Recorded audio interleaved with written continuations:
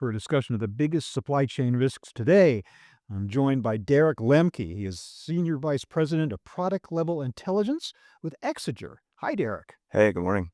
Thanks for joining me. I really appreciate it. So, what, in your opinion, are the top supply chain risks that organizations should be most concerned with right now? Well, where to start actually is Yeah. it's a little bit of everything, everywhere, all at once. No pun to the movie, Mhm. but I think supply chain leaders and supply chain organizations globally are really starting to feel the squeeze across multiple fronts. That could be the tariff and the trade wars that are occurring. That could be export restrictions of things like critical minerals, sulfuric acid. Or it could be geopolitical events and conflicts, such as what we're seeing in Iran and the Strait of Hormuz right now. That's Mhm. impacting both energy markets and critical material production for things like helium, aluminum, that are used globally throughout our supply chain. I think one Mhm. thing that remains consistent is that these global value chains are still very much interconnected. And while there is a push to reshore and to relocalize, there are still critical dependencies that are deeper within the supply chain that many people don't have visibility to. So a lot of organizations right now are really facing the question of how can I get more prepared?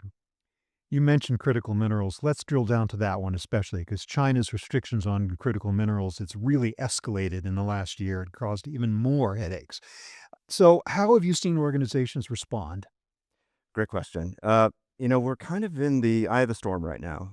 So over the last year, we've seen roughly 25 critical minerals, rare earths get extremely restricted.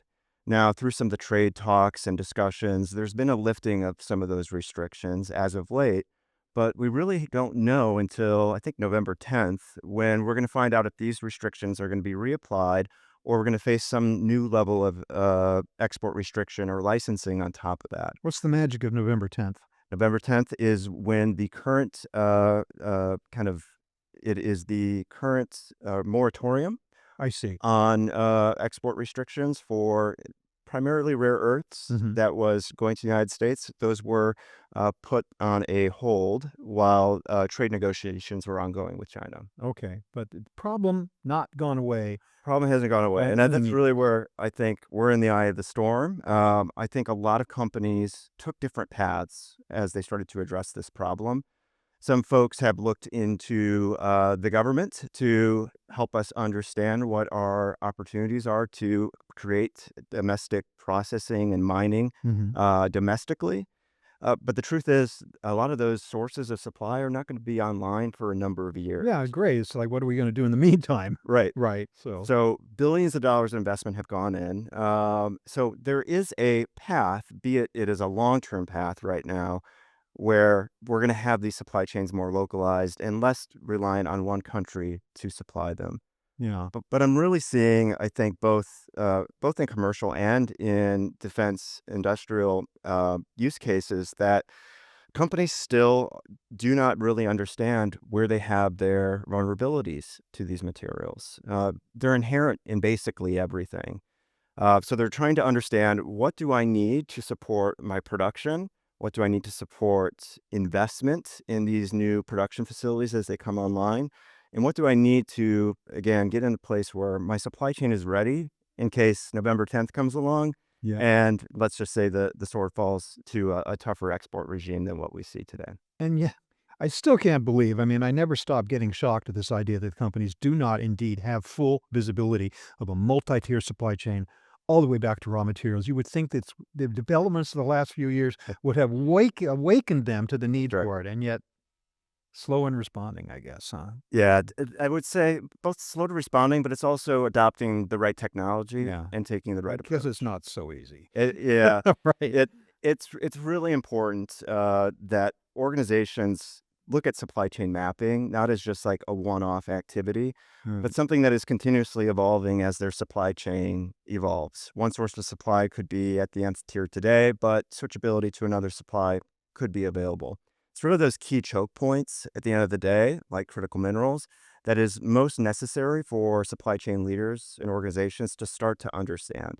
For me, critical minerals is one of those, and I think recognized globally as one of those key areas that leaders need to start to understand and map those specific value chains to understand where those dependencies lie. Okay. Let's talk about topic A, really, and that is AI, what everybody is talking about. What are some best practices that you might recommend for supply chain leaders looking to leverage AI for real results? AI has definitely been a game changer for, I like to say, it gives people superhuman powers Mhm. in the ability to understand where those risks lie in the supply chain. For us, when I support customers and clients with mapping their supply chains, I really want them to understand that product level context. Mhm. So AI does an incredible job of understanding where critical minerals are inherently persistent within their products, within their materials, and within their processes. Now, traditional means supply chain leaders would reach out to their supply chain. They would ask through surveys, Mhm. where is this in my product? But really, AI is giving the user and the operator a leg up to make more informed decisions on that specific value chain from the start. But AI doesn't magically know these things. Where's the input? Where's the data coming from? And how do you know the data is clean and accurate? Great question. AI, as you know, is all about nurturing it and Sure. feeding it the right data to begin with. And one of the great things that you can do is also work to bring in your technical data. Working for large defense manufacturers, we're integrating into their PLM systems now. Mhm. We're looking at large assemblies. We're breaking down that assembly down to the alloy, the grade, the material, to the elemental composition of what's required to make that part in that product. Similar for electronic and printed circuit board assemblies. Breaking down that product to the elemental level first before you engage and map the supply chain, you can typically get down to that tier nth of supply just by understanding your product more inherently from the start. So sum up for me, Derek. What does supply chain readiness mean to you? Supply chain readiness for me is sustained production under pressure. Mm. And I think what we've seen in the last few years is we wait for that next shoe to drop and we're reacting. So I would take that a little bit further and say it's sustained production under pressure, but the ability to pressure test in advance. So run scenario analysis Mhm. to run drills through your supply chain. Again, if you've modeled out that supply chain and that supply chain network where you have those discrete vulnerabilities and you apply that pressure at the top with the support of AI is really where you can start to see where things may or could potentially break. And so getting ahead of that is so key. Yeah. A lot of shoes dropping. Yep. Okay. Well, Derek, thank you so much for your insights into these critical issues in supply chain readiness right now. But I do want to take a moment to ask you a little bit about Exiger. Can you give me a brief description of the company and who you are? Yeah, Exiger, we loved supporting large organizations and governments understand their supply chains more deeply, both from a production readiness perspective, from a material perspective, and from a security perspective.